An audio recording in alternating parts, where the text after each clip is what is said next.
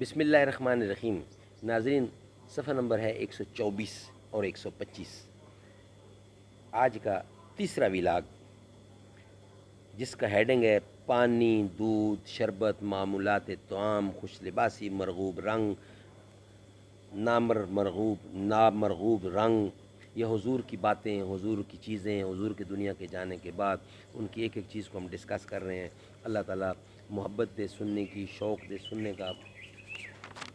اردو زبان میں سرور عالم صلی اللہ علیہ وسلم کی سیرت پر جامع ترین کتاب سیرت النبی، رائٹر ہیں علامہ شبلی نعمانی رحمۃ اللہ، علامہ سید سلیمان ندوی رحمۃ اللہ، جلد 2۔ بسم اللہ الرحمن الرحیم، الحمد للہ رب العالمین، والصلاة والسلام علی رسولہ محمد وعلی آلہ واصحابہ اجمعین۔ ویلاگ نمبر 3 آپ کی خدمت میں پیش ہے۔ صفحہ ہے 124 اور 125، پانی، دودھ، شربت۔ حضور اکرم کو ٹھنڈا پانی نہایت مرغوب تھا۔ دودھ کبھی خالص نوش فرماتے، کبھی اس میں پانی ملا دیتے۔ کشمش، کھجور، انگور پانی میں بھگو دیا جاتا، کچھ دیر کے بعد وہ پانی نوش فرما جاتے۔ نوش جان فرماتے۔ کھانے کی ظروف میں ایک لکڑی کا پیالہ تھا جو لوہے کے تاروں سے بندھا ہوا تھا۔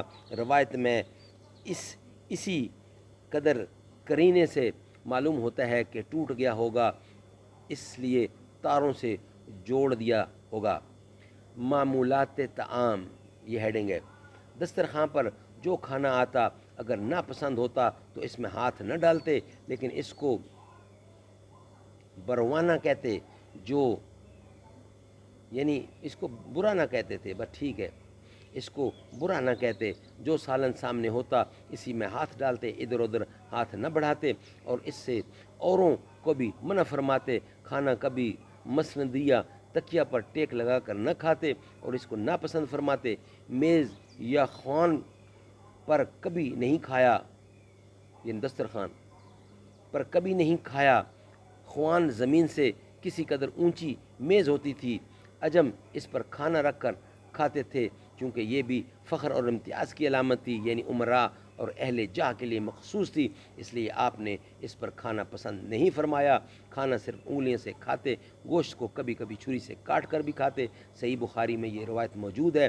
ابو داؤد میں ایک حدیث ہے کہ گوشت چھری سے نہ کاٹو کیونکہ یہ اہل عجم کا شعار ہے، لیکن ابو داؤد نے خود اس حدیث کو ضعیف کہا ہے۔ اس حدیث کو راوی ابو معشر بخیف ہیں، جن کی نسبت بخاری نے لکھا ہے کہ وہ منکر الحدیث ہیں، اور انہی منکرات میں حدیث مذکور بھی ہے۔